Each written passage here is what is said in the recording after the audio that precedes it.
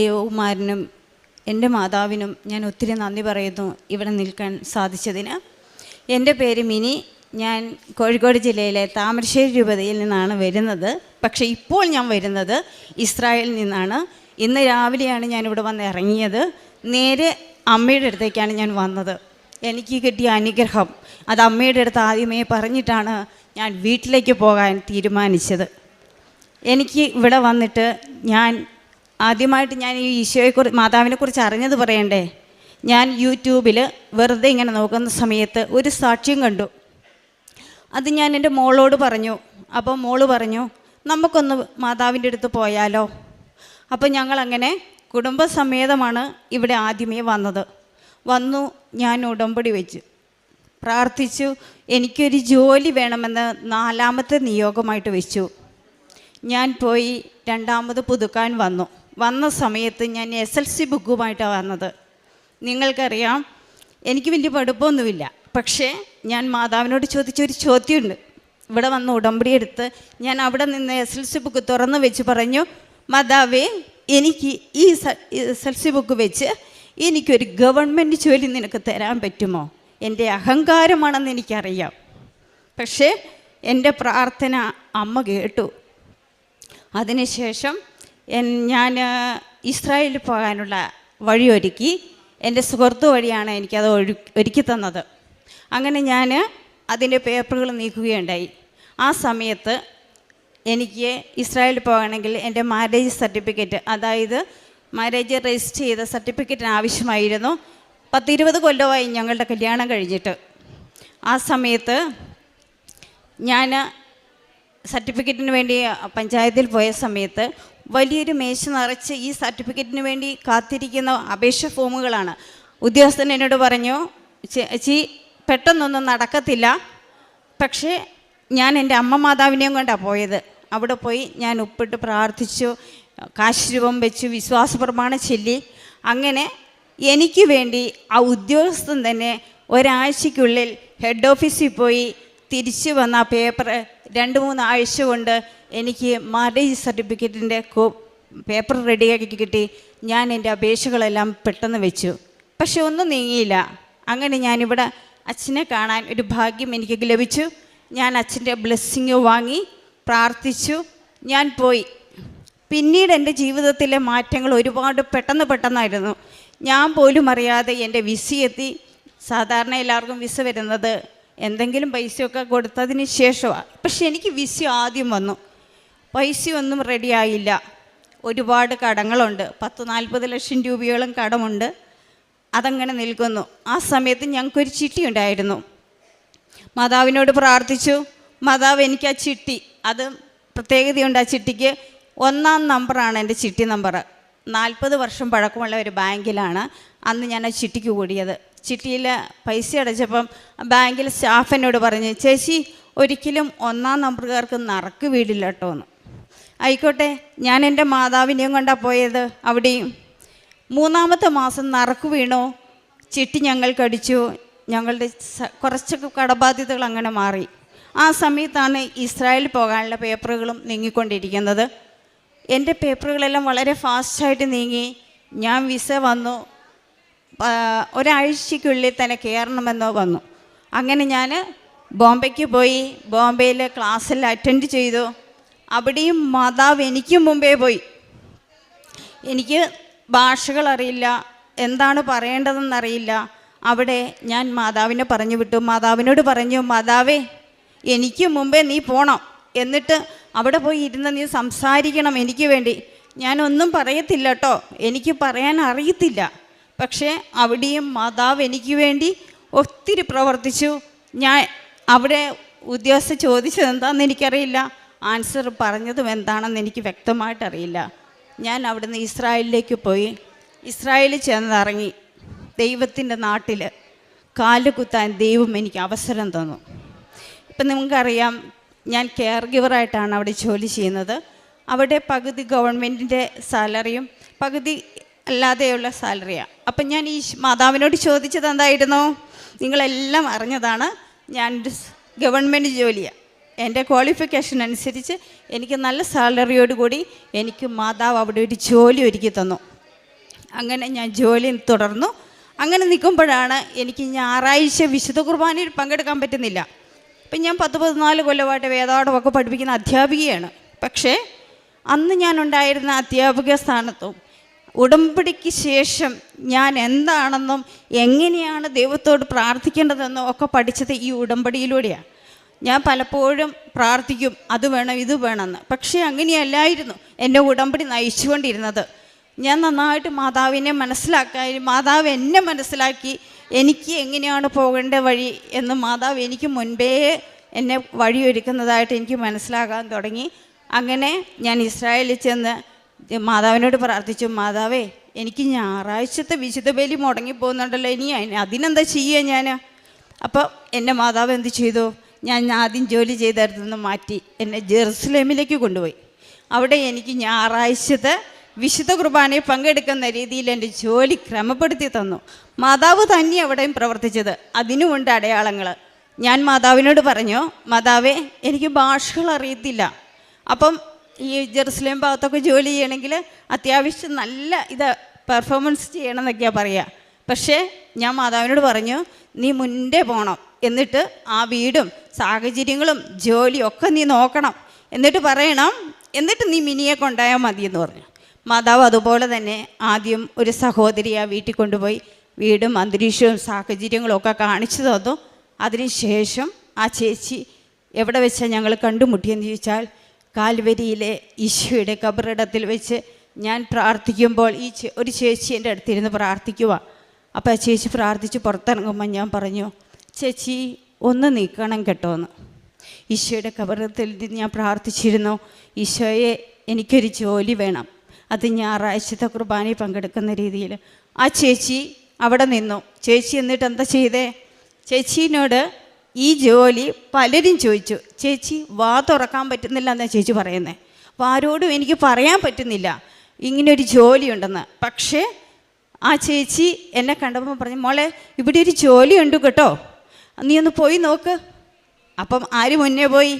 മാതാവ് മുന്നേ പോയി, കണ്ടു, ഇഷ്ടപ്പെട്ടു, എന്നെ കൊണ്ടുപോയി. അവിടെയാണ് ഇപ്പം ഞാൻ ജോലി ചെയ്യുന്നത്. സന്തോഷത്തോടെ ജോലി ചെയ്യുന്നു.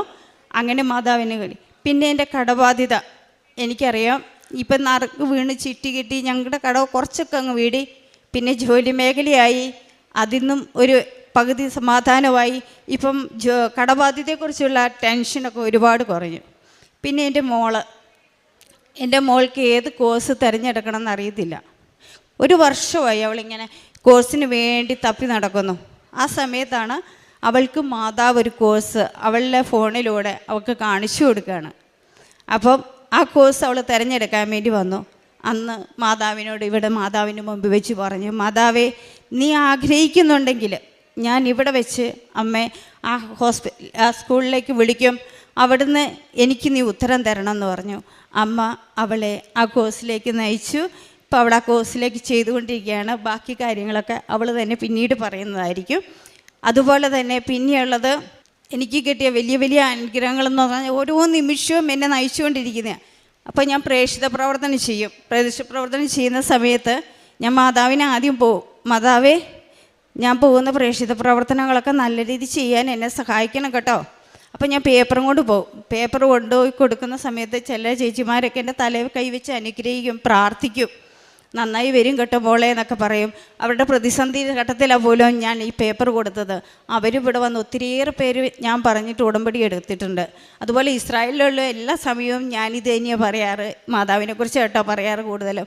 നമ്മുടെ അച്ഛൻ ജോസഫ് അച്ഛൻ സെപ്റ്റംബർ 29 ജെറുസലേം വന്നിരുന്നു. അന്ന് ധ്യാനത്തിൽ പങ്കെടുക്കാൻ ഭാഗ്യം ലഭിച്ചിരുന്നു. പിന്നെ അതുപോലെ തന്നെ കൃപാസന പത്രം എല്ലാവർക്കും ഞാൻ കൊടുക്കുമായിരുന്നു. പിന്നെ അനാഥാലയങ്ങളിൽ പോയി അവിടെ നിന്ന് ശുശ്രൂഷിക്കുമായിരുന്നു. 1-2 ആഴ്ച ഞാൻ അവിടെ താമസിക്കും. എന്നിട്ട് അവിടെ കൂടെ നിന്ന് അവരുടെ എല്ലാ കാര്യങ്ങളും വ്യാപൃതിയായി അവരെ സഹായിക്കുകയും ചെയ്യുകയൊക്കെ ചെയ്യുമായിരുന്നു. പിന്നെ ഭക്ഷണം കൊടുക്കുന്ന കാര്യത്തിലാണെങ്കിലും കുറച്ചൊക്കെ എന്നെ കൊണ്ട് പറ്റുന്നത് പോലെയുള്ള കാര്യങ്ങളൊക്കെ ഞാൻ ചെയ്യുമായിരുന്നു. ഇത്രയൊക്കെയുള്ളൂ. ദൈവം എന്താ പറയുക, എനിക്ക് ഒത്തിരി അനുഗ്രഹങ്ങൾ പറയാനുണ്ട്, പറഞ്ഞാൽ തീരാത്ത ഒത്തിരി അനുഗ്രഹങ്ങളുണ്ട്.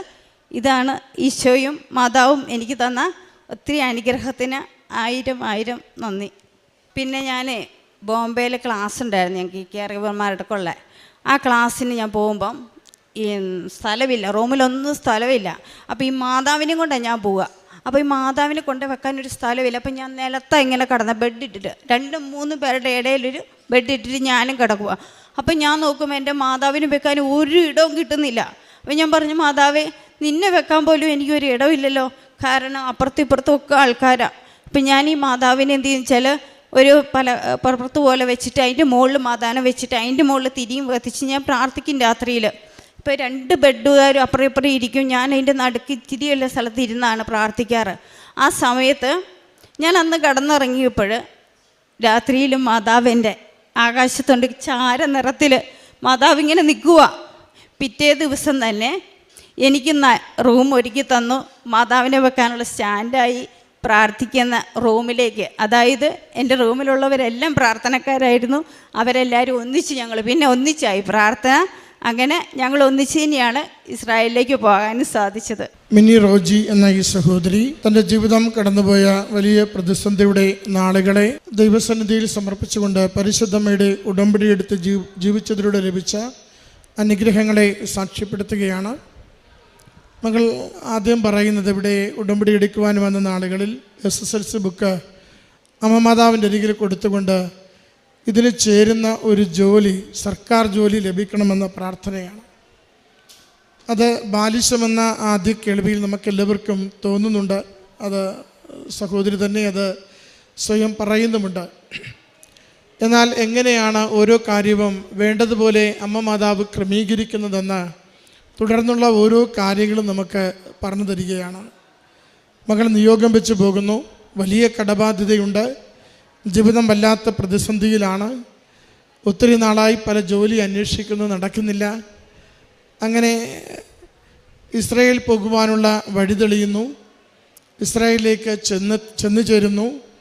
ആ നേരങ്ങളിലൊക്കെയും നല്ല രീതിയിൽ ഒരു വിശ്വാസബോധ്യത്തിലേക്ക്, പരിശുദ്ധമ്മയുടെ ഉടമ്പടി പ്രാർത്ഥനാ ജീവിതത്തിലേക്ക് മകൾ പ്രവേശിച്ചിട്ടുമുണ്ട്. മകളുടെ വാക്കുകളിൽ അത് ആവർത്തിച്ച് നമ്മൾ കേൾക്കുന്നുണ്ട്. എങ്ങനെയാണ് ഒരു പുതിയ ആത്മീയ ജീവിതം തുടങ്ങുന്നതെന്ന്. ഒരുപക്ഷെ നമ്മുടെയൊക്കെ മക്കൾ ക്ലാസ് മുറികളിൽ 12 ക്ലാസ് വരെ നടത്തുന്ന മതബോധന പരിശീലനം കൊണ്ട് നേടാത്തത് കൃപാസനത്തിൽ മരിയൻ ഉടമ്പടി എടുക്കുന്നതിലൂടെ 3 മാസം കൊണ്ട് ഓരോരുത്തരും സ്വന്തമാക്കുന്നതാണ് നമ്മളിപ്പോൾ കണ്ടുകൊണ്ടിരിക്കുന്നത്. 12 വർഷം പഠിച്ച മക്കൾക്ക് വിശ്വാസത്തിൻ്റെ ആദ്യ പാഠങ്ങൾ നഷ്ടപ്പെട്ടുകൊണ്ടിരിക്കുമ്പോൾ 3 മാസം മരിയൻ ഉടമ്പടിയിലേക്ക് പ്രവേശിക്കുന്ന മുതിർന്നവർ, ചെറുപ്പക്കാർ, പ്രായമേറിയവർ, അവർ നല്ല വിശ്വാസത്തിലേക്കും അടിസ്ഥാന ആത്മീയ ജീവിതത്തിലേക്കും കടന്നു വരുന്നത്, ആയിരക്കണക്കിന് മനുഷ്യർ കടന്നു വരുന്നത് നാം ഇപ്പോൾ കണ്ടുകൊണ്ടിരിക്കുകയാണ്. കുഞ്ഞുങ്ങൾ കുമ്പസാരവും കുർബാനയും വചനവായനയും ഒക്കെ ഉപേക്ഷിച്ച് പോകുമ്പോൾ മുതിർന്നവർ തീഷ്ണമായ ആഗ്രഹത്തോടും സ്നേഹത്തോടും കൂടി വിശുദ്ധ കുർബാനയിലേക്കും കുമ്പസാരത്തിലേക്കും വചനവായനയിലേക്കും കാരുണ്യ പ്രവൃത്തിയിലേക്കും സന്തോഷത്തോടെ ആകൃഷ്ടരായി വരുന്നതാണ് നമ്മൾ കണ്ടുകൊണ്ടിരിക്കുന്നത്. ഇതാണ് മരിയൻ ഉടമ്പടി ലോകത്തിന് നൽകുന്ന ശ്രേഷ്ഠമായ ഒരു മാതൃക.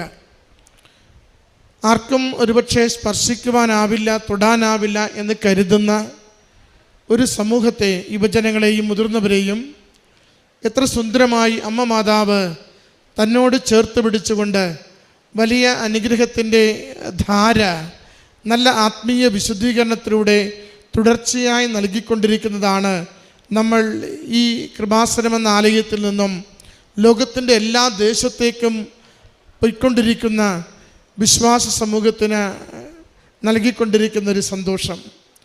എൻ്റെ കുടുംബത്തിനകത്ത് ദൈവചിന്തയുണ്ടെന്ന്, എൻ്റെ കുടുംബത്തിൽ സന്ധ്യാപ്രാർത്ഥനയുണ്ടെന്ന്, കുർബാനയ്ക്ക് പോകുവാനും കുമ്പസാരിക്കുവാനും നിരന്തരം ഞങ്ങൾ ശ്രദ്ധിക്കുന്നുവെന്ന് ഓരോരുത്തരും ഈ അൾത്താരയിൽ സാക്ഷ്യപ്പെടുമ്പോൾ ദൈവനാമമാണ് മഹത്വപ്പെടുന്നത്. മകൾ പറയുന്നുണ്ട്, വിദേശത്ത് ചെന്ന ആദ്യത്തെ ജോലി സ്വീകരിച്ചപ്പോഴുണ്ടായ പ്രയാസം വിശുദ്ധ കുർബാന കാണുവാൻ സാധിക്കുന്നില്ലല്ലോ എന്നതായിരുന്നുവെന്ന്. എന്നാൽ അത് കർത്താവിൻ്റെ കല്ലറയിൽ ജെറുസലേമിൽ പോയി പ്രാർത്ഥിക്കുമ്പോൾ അവിടെ മറ്റു പലരും വന്ന് ഒരാളോട് ചോദിച്ചിട്ട് വാ തുറക്കാതിരുന്ന ആ വ്യക്തി മകൾ ജോലി അന്വേഷിക്കുമ്പോൾ സന്തോഷത്തോടു കൂടി ജോലിയുടെ ഇടം കാണിച്ചു കൊടുത്തുകൊണ്ട് ശരിക്കും കൃപാസനം അമ്മ മാതാവ് ദൈവദൂതനെ അയച്ച് മകൾക്ക് വേണ്ടി കാര്യങ്ങൾ ക്രമീകരിച്ച് ഒരു ജോലി ശരിയാക്കി കൊടുക്കുക മാത്രമല്ല, അവൾ അത്ര നാളും ആഗ്രഹിച്ചു കൊണ്ടിരുന്ന ദിവ്യബലിയിൽ പങ്കെടുക്കുവാനുള്ള അവസരത്തെ ക്രമീകരിച്ചു കൊടുത്തുവെന്നാണ് മകൾ സാക്ഷ്യപ്പെടുത്തുന്നത്. പ്രിയമുള്ളവരെ, നമ്മൾ ഓരോ ദിനവും ഈ അൾത്താരയിൽ നിന്ന് സാക്ഷ്യങ്ങൾ കേട്ടുകൊണ്ടിരിക്കുമ്പോൾ, യൂട്യൂബിൽ ഓരോ സാക്ഷ്യവും നമ്മൾ പങ്കുചേർന്ന് പ്രാർത്ഥിക്കുമ്പോൾ നമ്മൾ തിരിച്ചറിയുന്നുണ്ട്, ഒരു ആത്മബലമുള്ള, ആത്മീയ ബലമുള്ള ഒരു സമൂഹം നമുക്കിടയിൽ രൂപപ്പെടുന്നുണ്ട്. പ്രാർത്ഥനകളറിയാവുന്ന, ദൈവസ്നേഹം ജീവിക്കുന്ന, നമ്മളൊന്ന് ചോദിച്ചാൽ നമ്മുടെ വെളിപ്പുറത്ത് ദൈവസാന്നിധ്യം അനുഭവിക്കുവാൻ പറ്റുന്ന വിധത്തിൽ ആത്മീയ വളർച്ച നേടുന്ന ഒരു സമൂഹം നമ്മുടെ കൂടെ ഇവിടെ ജീവിച്ചു വരുന്നുവെന്നുള്ളത്. ശരിക്കും ഈ മകളുടെ സാക്ഷ്യത്തിൽ മകൾ പങ്കുവയ്ക്കുന്ന സന്തോഷം അത് തന്നെയാണ്.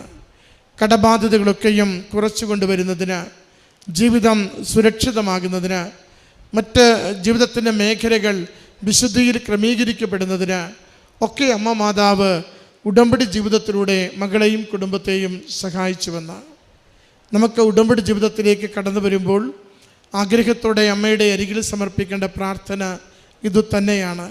കൂടുതൽ വിശുദ്ധിയോടുകൂടി, കൂടുതൽ ദൈവാശ്രയത്വത്തോടുകൂടി, കൂടുതൽ അമ്മ മാതാവിൻ്റെ സംരക്ഷണയിൽ ജീവിക്കുവാൻ സഹായിക്കണമേ എന്ന് ഈ പ്രാർത്ഥനയോടുകൂടി ഈ കുടുംബത്തിന് ലഭിച്ച എല്ലാ അനുഗ്രഹങ്ങളെയും കരങ്ങളടിച്ച് അമ്മ മാതാവിനും തിരുക്കുമാരനും സമർപ്പിക്കും.